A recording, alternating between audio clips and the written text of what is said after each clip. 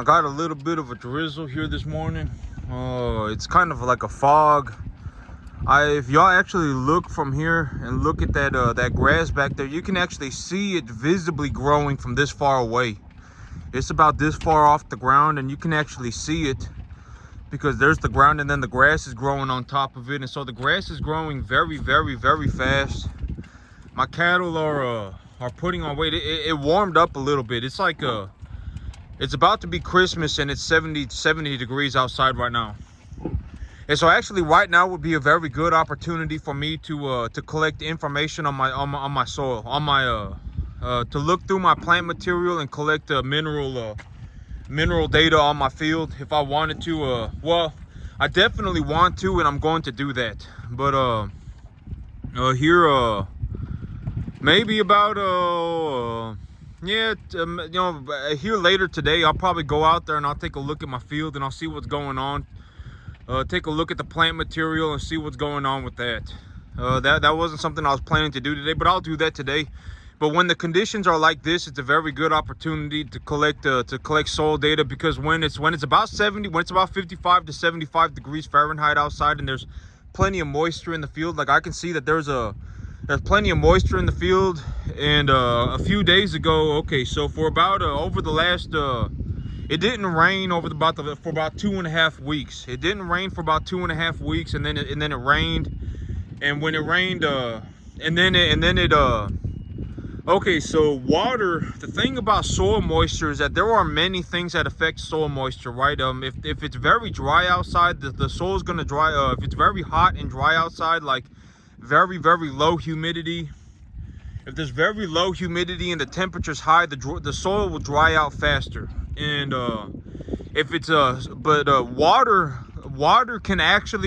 moves down through the soil, but it can also move upwards. Water has the capacity to move upwards through the soil profile as well. And a good example of this would be if I stuck a piece of paper towel in a cup of water, that water would move up the paper towel. And that is water has the capacity to move up the soil profile as well. And so if there's water in the soil, and there isn't any rain for a couple of weeks, and then it rains, and then it gets very, very humid outside like it is right now. It's probably near over 90% humidity right now. Water will actually physically move up the soil profile, and so it will depending on how much water is in the ground. Okay, this is just a concept. This is not something that happens all the time. This is just like if it didn't rain for like 6 months, there was some epic drought. If there was some epic drought and I got even 3 inches of rain, there probably is not enough moisture in the field for there to be vertical water movement, right? I mean, and it really depends on, if you have a reservoir of groundwater 15 feet under the ground or something, right? I mean, there's a lot of things to consider. It's not these are just concepts that I'm providing so that people can understand the different things that happen in terms of farming. And so like right now, from when all things are considered, right now would be a good time for me to collect soil data. If I wanted to collect mineral data on my field by looking at my plant material, because that's how I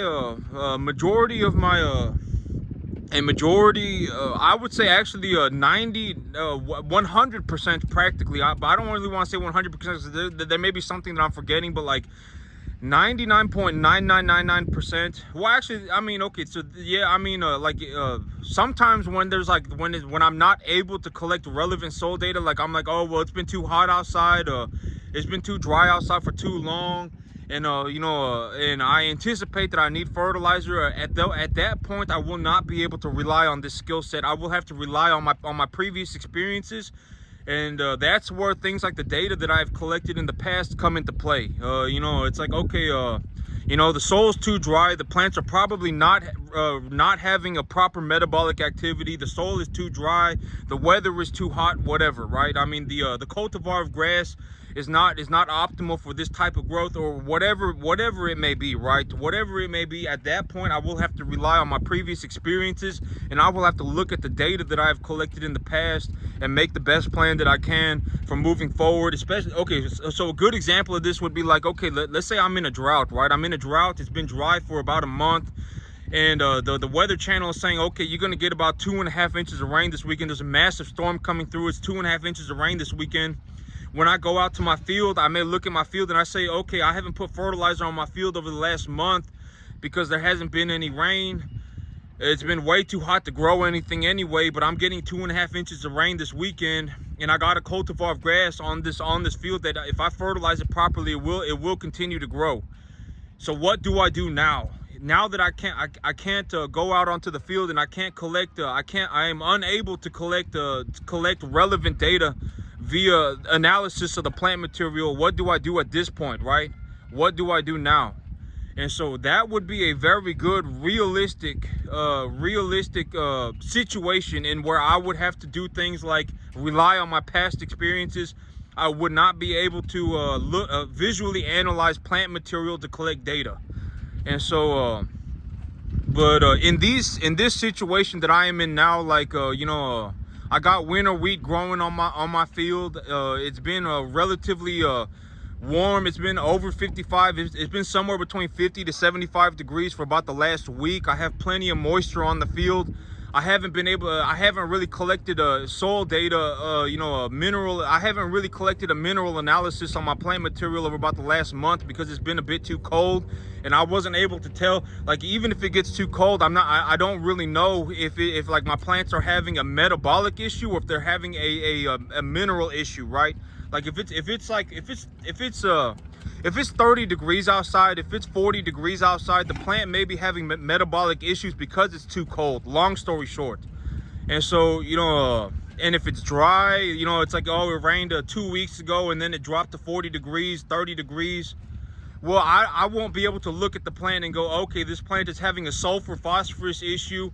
If I'm going to apply phosphorus and sulfur, I probably would want to apply a little bit of nitrogen on top of that as well. Even though I don't have a nitrogen deficiency at this moment, if I apply more phosphorus and sulfur because this plant is having a phosphorus and sulfur deficiency, if the plant is having a phosphorus and sulfur deficiency and I apply phosphorus and sulfur to the field, the plant will metabolize at a rapid rate. The metabolic activity of the plant will go up very quickly, and it will also increase the demand for the nitrogen and potassium and stuff like that. And so depending on what is going on, it's like, if I look at my field and I say, okay, my plants look like they're having a phosphorus and sulfur deficiency, but if I'm gonna put phosphorus and sulfur on this field to correct the phosphorus and sulfur deficiency, and that's going to increase the metabolic activity of the plant, I will also probably want to apply a little bit of nitrogen and potassium to the field as well, because if when the metabolic activity of the plant increases overall, it will increase the overall requirements of the plant in terms of minerals. And so, it's a multi-dimensional situation. There is not anything that I can do, and in terms of there's nothing that I can do in terms of just giving somebody a flat answer, because it really depends. It really, really, really depends. And that's why I always say, the reason that I have these boundaries is so that I don't get crab potted, right? A lot of people, that they're stuck in horrible situations. When they see somebody doing well, they're gonna try and latch onto them as hard as they can. They will. I mean, it's just like a survival reflex.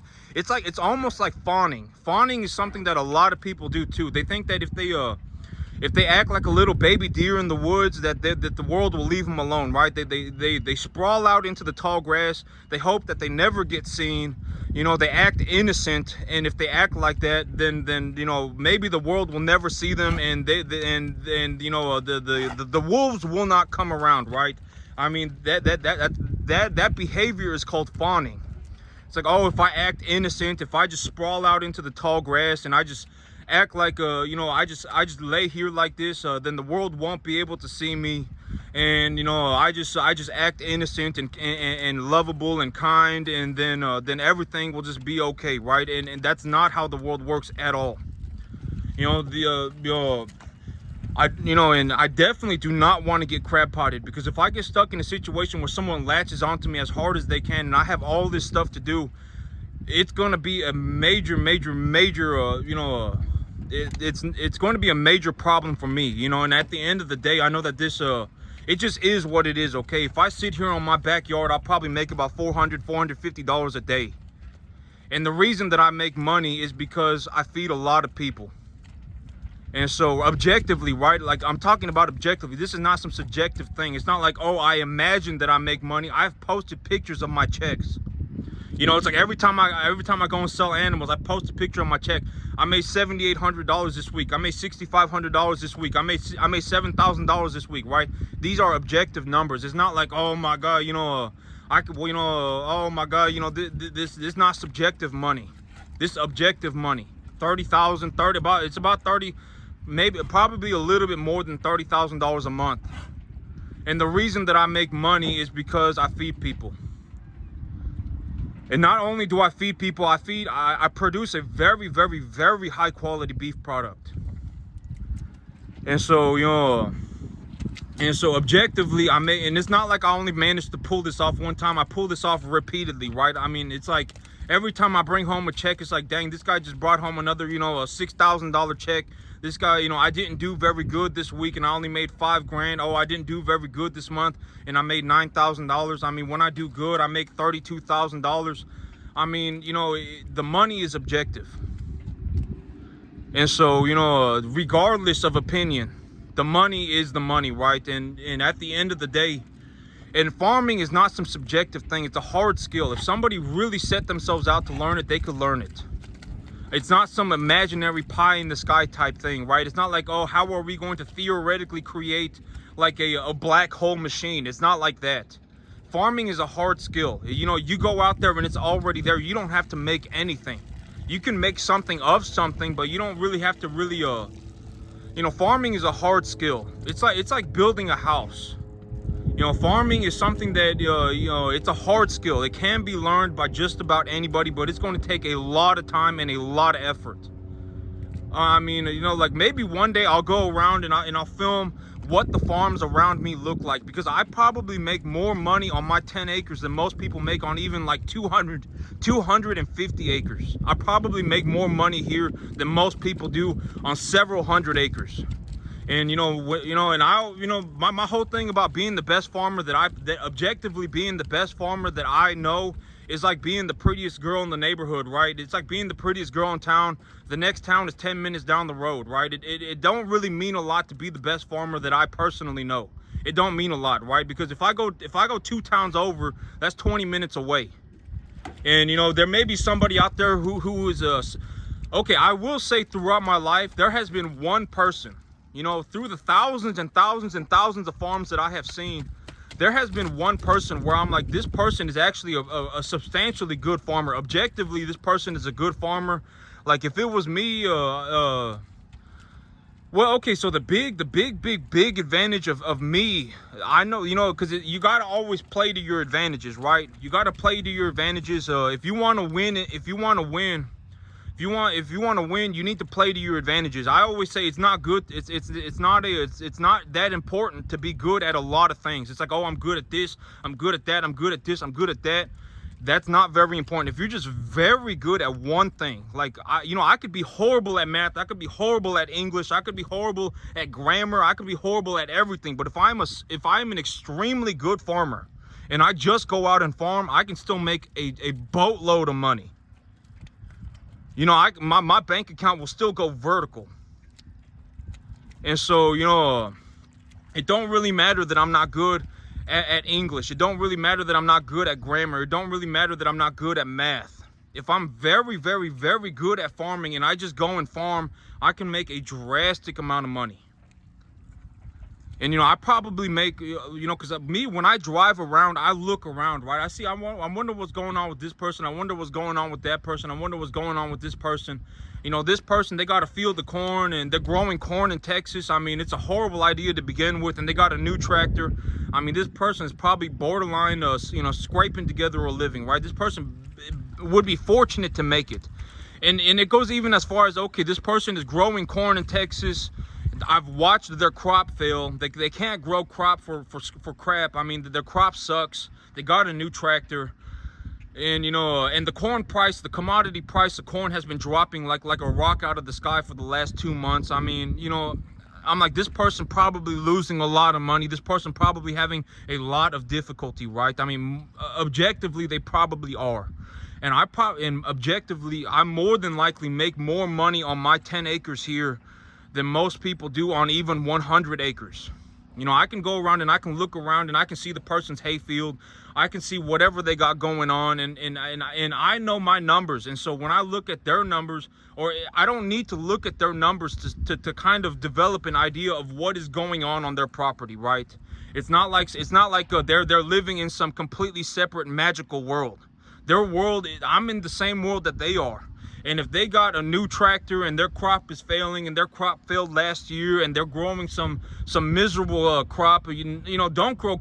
I always say that the two things that I would never do in Texas is grow corn and be a dairy farmer. I would never do those two things, because talk about the most miserable thing that you could possibly do. I mean, the most miserable thing. I mean, you know, we don't really have much groundwater, so how are you going to irrigate that? Oh, you know, you pull 60 bushels of corn per acre, and the price of Texas corn right now, like if I bought Texas corn right now, I'd pay about $5.50 a bushel. You grow your 60 bushels an acre. Congratulations, you made $400 an acre, right? I mean, why do that? I mean, growing corn and dairy farming are the two things that I would not touch that with a 10-foot pole in Texas.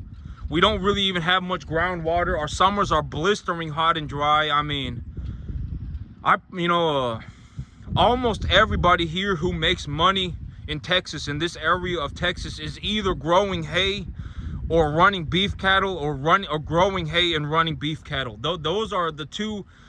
I would say, you know, unless you are like unless you are 100% dead set on doing something, then it's not for me to say. You can do whatever you want, and I wish you the best, right? I do hope that you make it, because just because you make it does not mean that I cannot make it. It's not like, oh, you pulled money away from my farm to succeed. That's not how it works, right? If you succeed and I succeed, we've both succeeded. It's not like you succeeded and so now I can't succeed. That's the thing about success, is that, you know, anybody can make it, and everybody can make it at the end of the day, but almost nobody makes it, because I mean, getting to this point takes so long, and a lot of people, you know, the amount of character that is required to get to this point is most people, somewhere along the way, they will quit. They will quit on their dream, and they'll go, oh man, I can make $4,000 a month over here, and that's enough for me. You know, I don't need a dream anymore if I can just make $4,000 a month. Oh man, I don't need a dream anymore if I can make whatever XYZ $10,000 a month, and then they'll completely give up the farming. They'll say they want to be a farmer. They'll find some way to, you know, and then they'll find some way to make you know, $3,000, $4,000, $5,000 a month, $10,000 a month, $15,000, whatever it may be, and they will completely give up farming. Most people, they don't get to this point. They don't get to this point. They will quit before they get to this point. Most people will, and you know, and for me to really maybe one day, you know, I'll go out and I'll or I mean, you can do this yourself. Just go out into the countryside and look around and see how many farms there are that look like mine. I mean, maybe you find one in 5 years, right? I mean, farming at this level is almost is very difficult, immeasurably difficult. It takes a lot of time to get here, a lot of time and a lot of effort, and you can't quit. No matter what, you can't quit. If you want to get to this level, you can't quit on year 12. You can't quit on year 14. You can't quit on year 7, right? And there, you know, I live where I work for a good reason. And I mean, but maybe, you know, one day I'll go and I'll take a video or something of the farms, you know, and all around me. It doesn't matter how much land they have. They could have 100 acres. They could have a new tractor. They could have 250 acres, whatever. I probably objectively make more money than they do on my 10 acres. And that's it for me today, YouTube. Y'all have a good one.